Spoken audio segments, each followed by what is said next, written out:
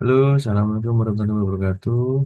Saya Muhammad Ibrahim dari mahasiswa Universitas Dian Nusantara dengan nomor NIM 531221045. Di sini saya akan menjelaskan tentang analisis regresi.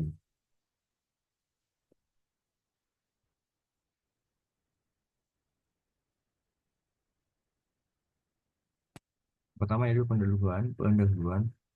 Analisis regresi itu digunakan untuk mengetahui besarnya pengaruh satu variabel bebas atau lebih terhadap satu variabel tidak bebas. Data yang dianalisis dengan regresi merupakan data kuantitatif yang memiliki skala pengukuran minimal interval. Kemudian, analisa korelasi digunakan untuk eh, mengetahui keeratan hubungan dua variabel acak yang memiliki skala pengukuran minimal interval yang berdistribusi normal bivariat. Korelasi adalah suatu alat analisis yang dipergunakan untuk mencari hubungan antara variabel independen atau bebas dengan variabel independen atau tak bebas. Apabila apabila beberapa variabel independen bebas atau dihubungkan dengan satu variabel yang tak bebas disebut korelasi berganda. Dan apabila suatu variabel independen bebas atau berhubungan dengan suatu variabel independen atau tak bebas, maka disebut korelasi parsial. Nah,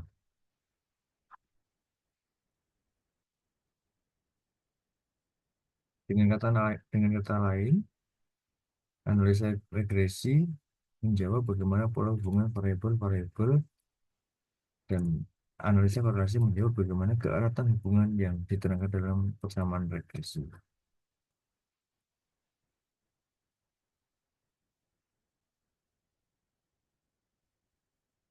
Analisis regresi.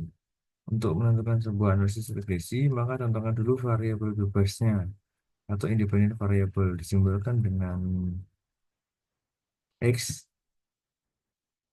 dan variabel tak bebas disimbolkan dengan Y. Berdasarkan jumlah variabel bebas dan mangkat dari variabel bebas, analisis regresi terdiri dari eh, regresi linear dan non linear, di mana regresi linear ini terbagi menjadi dua, yaitu regresi linear sederhana dan regresi linear multiple atau berganda.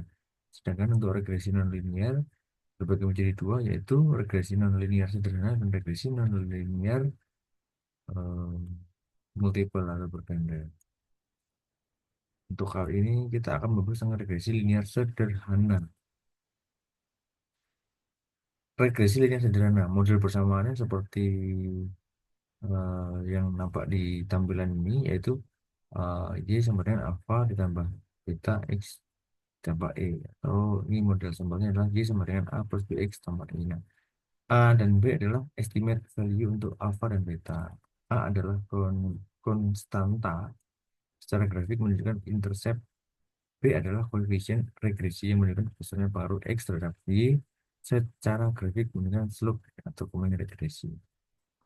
Nah, untuk persamaan linear sederhana seperti berikut.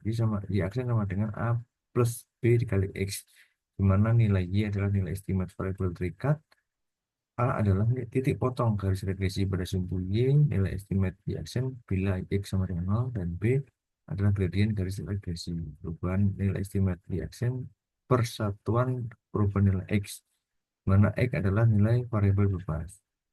Nah, untuk mencari nilai A dan B itu seperti persamaan regresi eh, terlampir di eh, slide, di mana untuk B sama dengan jumlah XI dikali YI dan dibagi dengan X kuadrat, XI kuadrat. Kemudian untuk mencari A adalah Y eh, dikurangi B dikali X. Kita langsung ke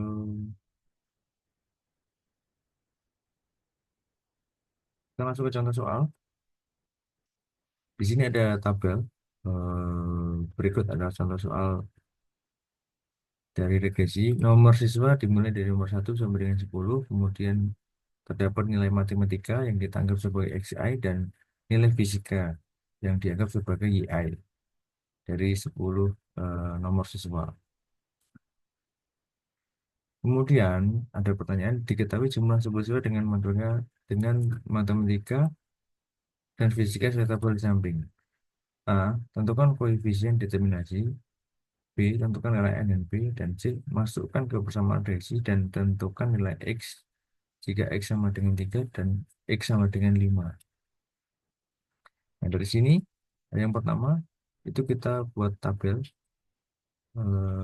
seperti di slide, yaitu membuat tabel tambahan untuk perkalian yang pertama adalah xi dikali yi, kemudian nilai xi kuadrat berapa dan yi kuadrat berapa.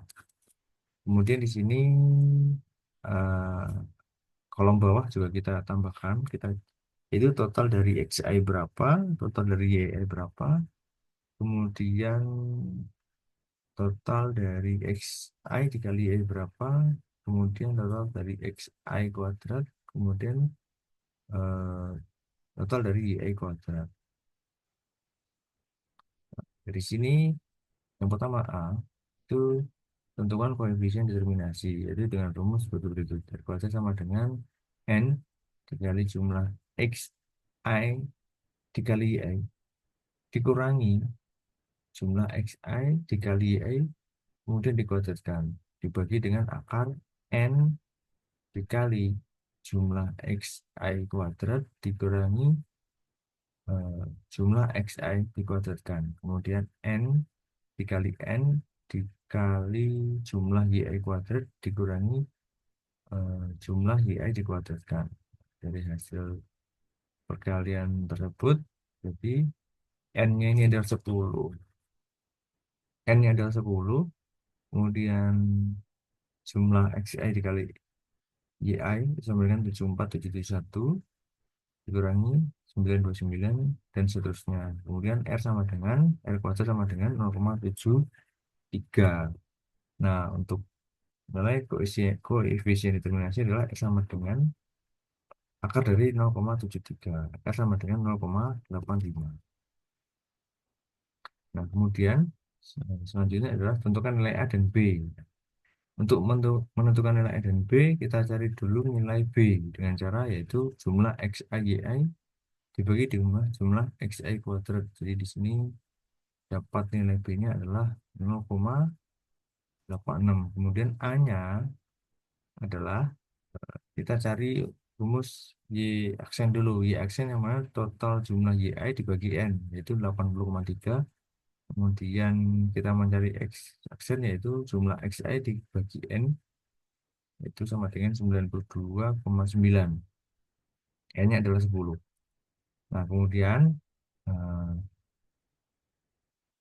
untuk mencari nilai A adalah Y aksen dikurangi B dikali X aksen. Jadi 80,3 dikurangi 0,86 dikali 92,9. Ini dikali dulu ya. 0,86 dikali 92,9. Hasilnya A adalah 0,41. A dan B sudah diketahui. Kemudian eh, A dan B sudah diketahui. B-nya adalah 0,86 dan A-nya adalah 0,41.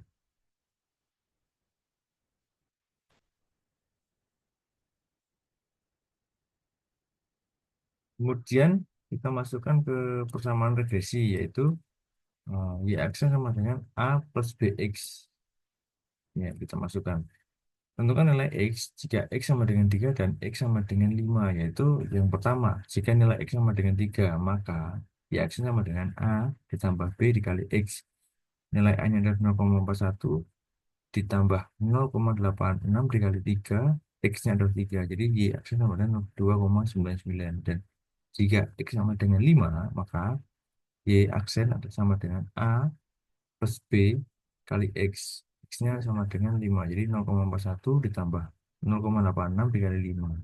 Hasilnya Y aksen adalah 4,71. Berikut adalah hasil jawaban dari persamaan regresi jika nilai X-nya sama dengan 3 dan jika nilai X sama dengan 5.